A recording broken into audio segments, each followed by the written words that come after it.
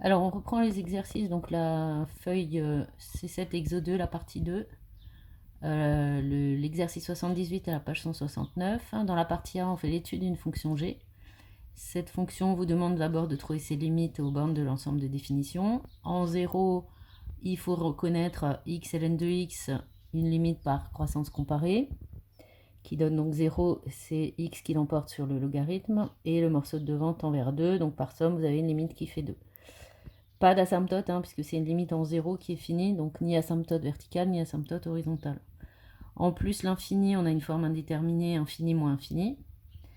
En mettant x en facteur, alors soit sur toute la fonction g, soit uniquement sur les deux morceaux où il y a x, vous levez l'indéterminé. Puisque par produit, le 1 moins ln de x donne moins l'infini, x devant plus l'infini, on a un produit qui tend vers moins l'infini, on rajoute 2, ça fera moins l'infini.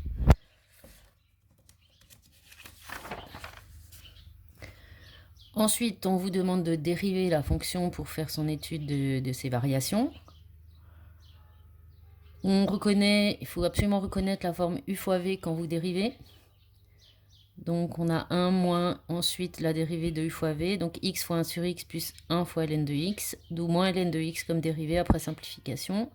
Elle s'annule en 1, on regarde où c'est positif, donc on résout moins ln de x supérieur à 0, ce qui donne x plus petit que 1, et on peut dresser le tableau de variation. En 1, on remplace, g de 1 ça fait 3.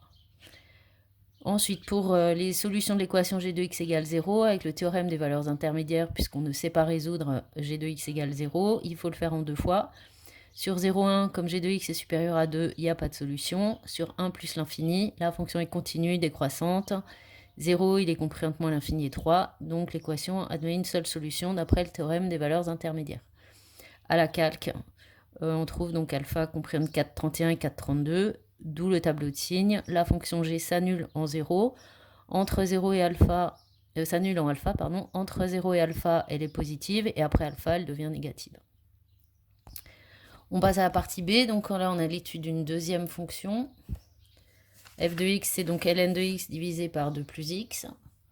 On vous demande de dériver la fonction, donc c'est une fonction de la forme u sur v.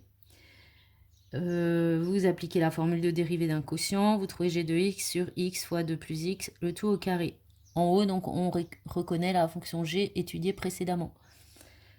On n'en fait rien pour l'instant. G de alpha, f de alpha, ensuite, on cherche à le simplifier. Et pour ça, on l'a déjà rencontré l'une ou l'autre fois en exercice. Il faut prendre g de alpha qui fait 0.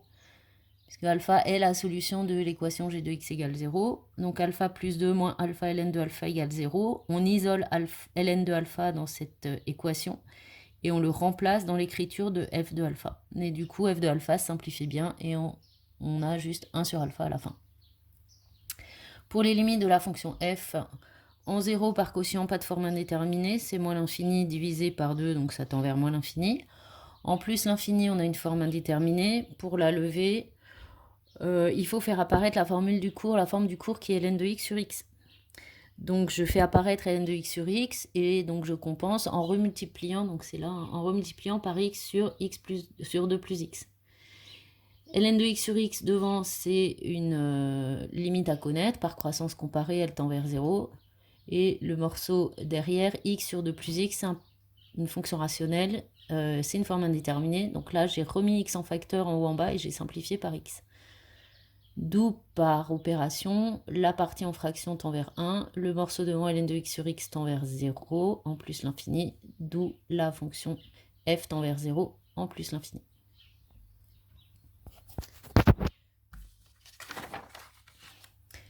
Et on a donc la fin de l'exercice avec le tableau de variation complet de la fonction f. Donc pour le signe, j'ai le signe de g, je réutilise ce que j'ai fait dans la partie A. X fois 2 plus x carré, c'est toujours positif parce que x est positif. La dérivée, donc positive avant alpha et négative après alpha. La fonction f est croissante entre 0 et alpha et décroissante entre alpha et plus l'infini.